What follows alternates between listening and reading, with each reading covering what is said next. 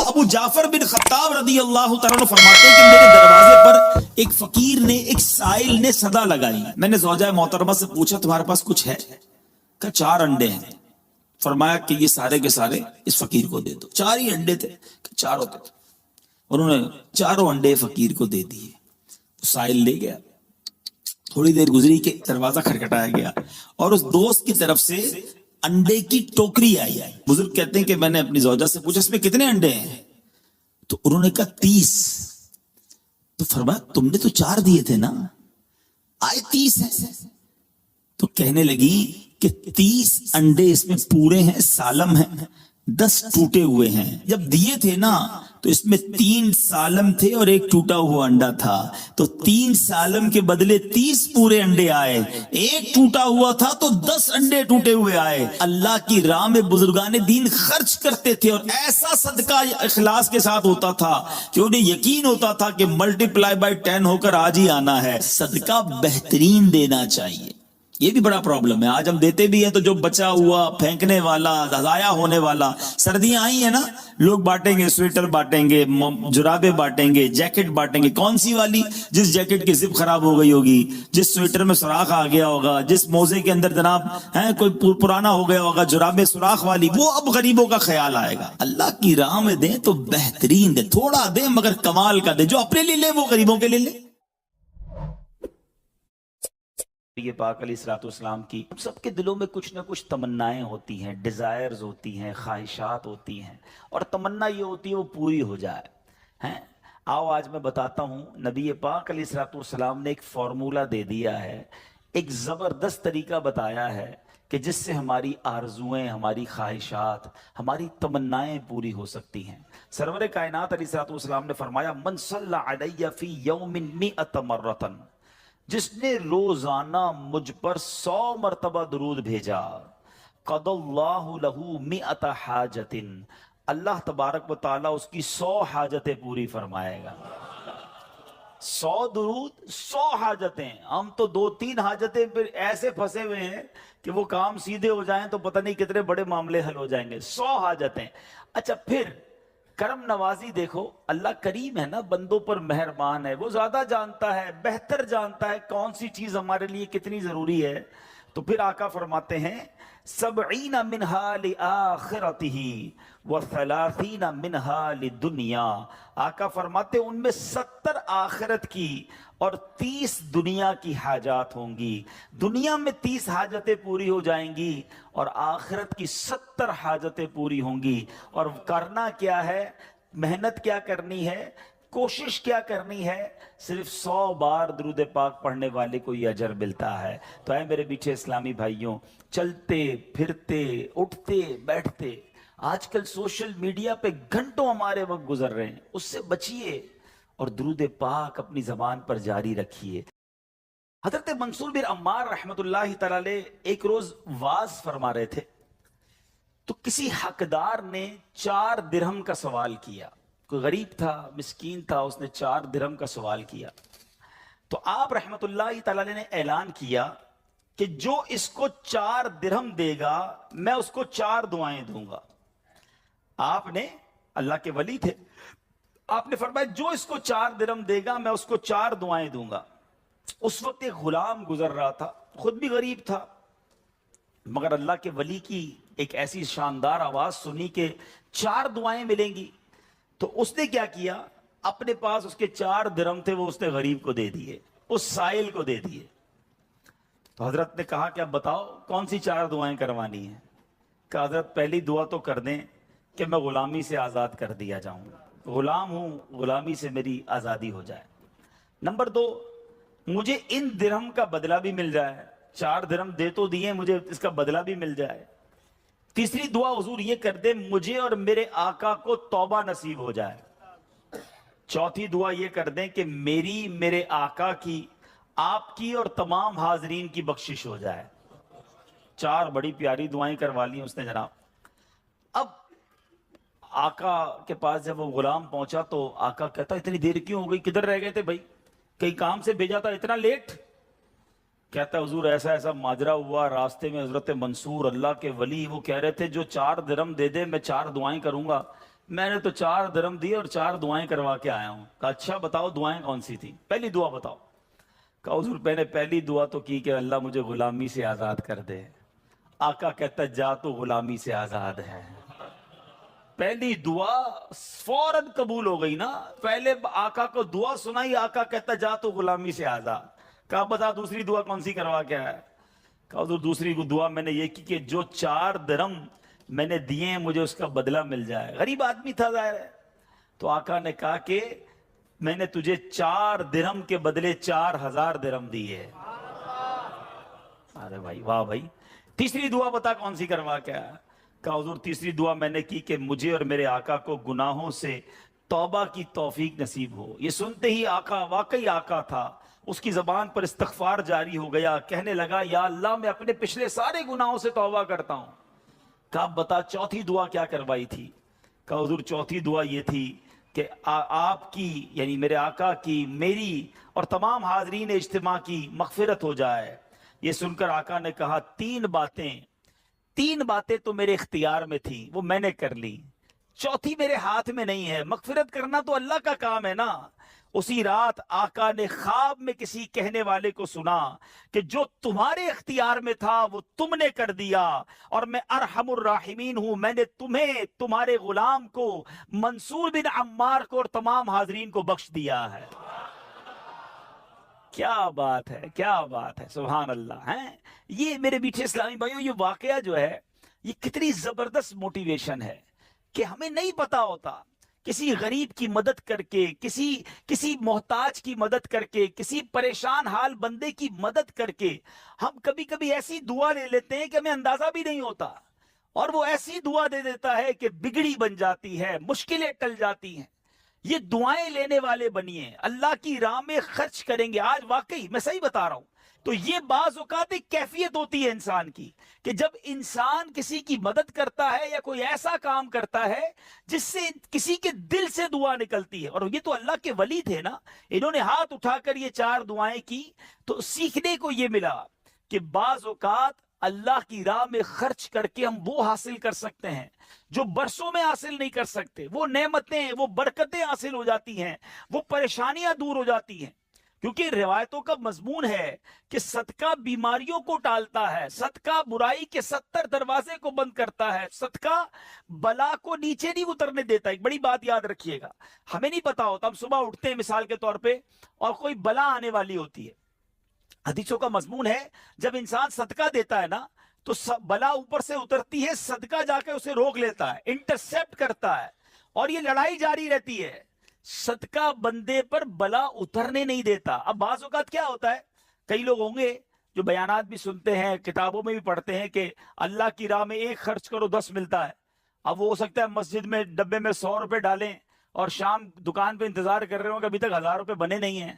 مولانا صاحب نے تو کہا تھا 1 کا 10 ہو جائے گا. کسی فقیر کو 10 روپے دیے, انتظار کر رہے ہیں, 100 روپے کہاں ہے بھائی, ملٹیپلائی بائی 10 ہو کے ملنا چاہیے تھا. تو ہم صرف مالی فائدہ سوچ رہے ہیں. میں آپ سے پوچھنا چاہتا ہوں, آپ نے اللہ کی راہ میں خرچ کیا 1000 روپے, 10,000 روپے یا 1,00,000 روپے, اور اب آپ منتظر ہیں کہ ملٹیپلائی ہو جائے, لیکن کیا معلوم آپ کے گھر میں آگ لگنے والی تھی, کیا معلوم آپ کا روڈ پر ایکسیڈنٹ ہونے والا تھا, کیا معلوم آپ کا بچہ جو باہر کھیل رہا تھا اس پر کوئی خطرناک بلا آنے والی تھی. مگر آپ نے جو صدقہ دیا اس سے وہ بلا ٹال دی گئی. مجھے بتاؤ وہ 1000 کا 10,000 ہونا اچھا تھا یا ہم پر اتنی بڑی بلا کا ٹلنا اچھا تھا؟ تو ہمیشہ اللہ کی راہ میں صدقہ دیجئے. آپ یقین کریں آپ خوشحال ہو جائیں گے, آپ کی مشکلیں آسان ہوں گی. مگر دوبارہ وہی بات کروں گا کہ نیت اچھی ہو. صدقہ دیتے وقت, خرچ کرتے وقت, کسی کی مدد کرتے وقت احسان نہ جتانا. یاد نہیں تجھے تیرے بچے کی شادی میں نے کرائی تھی, بھول تو نہیں کیا قرضہ میں نے دیا تھا, ہاں تو ریڈی لگاتا تھا, میں نے تجھے جناب دکان کا کرایہ دیا تھا. یہ احسان جتا کر تو صدقہ ضائع ہو جائے گا. یا ایھا الذین آمنوا لا تبطلوا صدقاتکم بالمن والاذی, اے ایمان والو اپنے صدقے ضائع نہ کرو احسان جتا کر, تکلیف پہنچا کر. تو کچھ لوگ صدقہ دیتے بھی ہیں, مدد کرتے بھی ہیں, پھر ساری زندگی جتا رہے ہوتے ہیں. تو یہ بربادی ہے, یہ نہ کریں. بس اللہ کے لیے، اللہ کی رضا کے لیے آپ خرچ کریں، اور پھر دیکھیں اس کی برکتیں کیسے ملتی ہیں۔ قرآن میں اللہ تبارک و تعالی اپنی راہ میں خرچ کرنے والوں کو کیسا مژدہ سناتا ہے، کیسی خوشخبری ہے، کیسا فرمان ہے۔ اللہ فرماتا ان المصدقین والمصدقات واقرضوا اللہ قرضا حسنا یضاعف لهم ولهم اجر کریم، بے شک صدقہ دینے والے مرد اور صدقہ دینے والی عورتیں، اور وہ جنہوں نے اللہ کو اچھا قرض دیا، ان کے دونے ہیں اور ان کے لیے عزت کا ثواب ہے۔ اب کمال یہ ہے، یہ ایک جگہ نہیں، قرآن میں کئی جگہ اللہ تبارک و تعالیٰ نے قرض کا لفظ استعمال کیا ہے۔ کوئی اللہ کو جو اچھا قرض دے؟ مجھے ایک بات بتائیے، میں آپ میں سے کسی کو کوئی 10,000 روپے رکھوائے اور تھوڑے دنوں بعد کہیں کہ ذرا وہ 10,000 میں سے 5,000 روپے دے دو، تو اس 5,000 دینے والے نے کوئی کمال کیا؟ اس کا تو کوئی کمال نہیں نا، پیسے میرے تھے اور میں نے کہا کہ میرے 10,000 میں سے 5,000 مجھے دے دو، کیا کمال کیا؟ میرے پیسے تھے، واپس دے دیے۔ مگر اللہ کی شان دیکھو، اللہ کی کرم نوازی دیکھو، شان کریمی دیکھو، ہم سب کو دانا دانا اس نے دیا ہے۔ ہم تو پیدا ہوئے تھے، کپڑے بھی جسم پر نہیں تھے، ہیں؟ کھانے کو اس نے دیا، پہننے کو اس نے دیا، گھر اس نے دیا، مال اس نے دیا، سب اس نے دیا، مگر جب اس کی راہ میں خرچ کرنے کی باری آتی ہے تو کہتا ہے، فرماتا ہے قرآن میں، ہے کوئی جو اللہ کو اچھا قرض دے؟ اللہ کا مال ہے، ہم نے کیا کمال کرنا تھا؟ ہم خرچ کرتے، وہ کچھ بھی نہ دیتا اس کے بدلے، پھر بھی اسی کا مال تھا۔ مگر مہربانی دیکھو، مال بھی وہ دیتا ہے، توفیق بھی وہ دیتا ہے، خرچ کریں تو ثواب بھی وہی دیتا ہے، عطا بھی وہی کرتا ہے۔ اور علماء نے بڑی زبردست اس میں ڈیبیٹ کی ہے، مفسرین نے بحث کی ہے کہ جناب ان آیتوں میں قرض کا لفظ کیوں لایا گیا؟ اللہ اکبر۔ فرمایا جب آپ اور میں، دنیا میں بندہ کسی کو قرضہ دیتا ہے نا تو امید ہوتی ہے یہ قرضہ واپس ملے گا۔ اگر امید نہ ہو تو پھر یہ قرض نہیں ہے، پھر تو تحفہ ہو جائے گا نا۔ آپ کسی کو تحفہ دے دیں تو آپ کو پتہ یہ واپس نہیں آئے گا، لیکن قرضہ دیتے وقت آپ طے کرتے ہیں کتنے دنوں میں دو گے، کب دو گے، کیسے لوٹاؤ گے، تھوڑی بندہ معلومات بھی کرتا ہے، یار قرضہ دے رہا ہوں، واپس ملے گا نہیں ملے گا۔ تو قرض کے جب بھی لفظ لون آئے گا، قرض آئے گا، اس کا مطلب یہ کہ یہ واپس ملنا ہے۔ تو اللہ نے قرآن میں گویا وعدہ فرما لیا ہے کہ تم جو میری راہ میں خرچ کرتے ہو، یہ اللہ کو قرض دینا ہے، یہ تمہیں واپس ملے گا، یہ لوٹایا جائے گا اور زیادہ دیا جائے گا۔ تو ہمیں اللہ کی راہ میں خرچ کرتے وقت یہ ذہن رکھنا چاہیے۔ سبحان اللہ۔ اب بانٹنے سے کیا گھٹتا ہے؟ بڑی خوبصورت حدیث پاک ہے، ذرا سمجھیے گا۔ ایک بار حضرت عائشہ صدیقہ رضی اللہ تعالی عنہا سے مروی ہے کہ اہل بیت نے، نبی پاک کے گھر والوں نے ایک بکری ذبح کی، اور پیارے آقا علیہ الصلوۃ والسلام تشریف لائے، بکری ذبح کی اور انہوں نے کچھ تقسیم بھی کر دی۔ حدیث کا مضمون ہے، نبی پاک آئے اور ارشاد فرمایا کہ اے عائشہ کیا بچا ہے؟ بکری کو کاٹا تھا، تقسیم کی، کیا بچا ہے؟ عرض کی گئی کہ حضور کاندھے کے سوا کچھ نہیں بچا ہے، کاندھے کا گوشت بچا لیا گیا ہوگا، باقی بانٹ دیا۔ نبی پاک نے ایک جملے میں ساری بات سمجھا دی، اگر آپ سمجھ جائیں۔ آقا نے فرمایا عائشہ کاندھے کے سوا سب بچ گیا ہے۔ بات آ رہی ہے سمجھ میں؟ کہا کیا گیا؟ حضور کاندھا بچ گیا ہے، کاندھے کے سوا کچھ نہیں بچا۔ اور نبی پاک نے فرمایا کاندھے کے سوا سب بچ گیا ہے، یعنی جو بٹ گیا ہے وہ بچ گیا ہے۔ یہ ذہن بنا لو کہ آج میں نے اور آپ نے جو اللہ کی راہ میں خرچ کیا وہی بچا ہے، ورنہ باقی تو ہم کھا کے ختم کر دیں گے نا۔ اگر ہم مر جائیں گے تو یہ پیسے تو بچوں کے وراثت میں چلے جائیں گے۔ میرے لیے کیا بچا ہے؟ میرے لیے وہی بچا ہے جو میں نے آگے بھیج دیا ہے، جو بانٹ دیا ہے، جو خرچ کر دیا ہے۔ عقل اگر آ جائے ہمیں، اللہ کرے کہ ہمیں اس بات کی سمجھ آ جائے کہ آج اگر خوشحالی ہے، آج اگر مال جیب میں ہے، بینکوں میں پڑا ہے، گھر خالی پڑے ہیں، یہ خالی پڑے رہ جائیں گے اور میں دنیا سے چلا جاؤں گا۔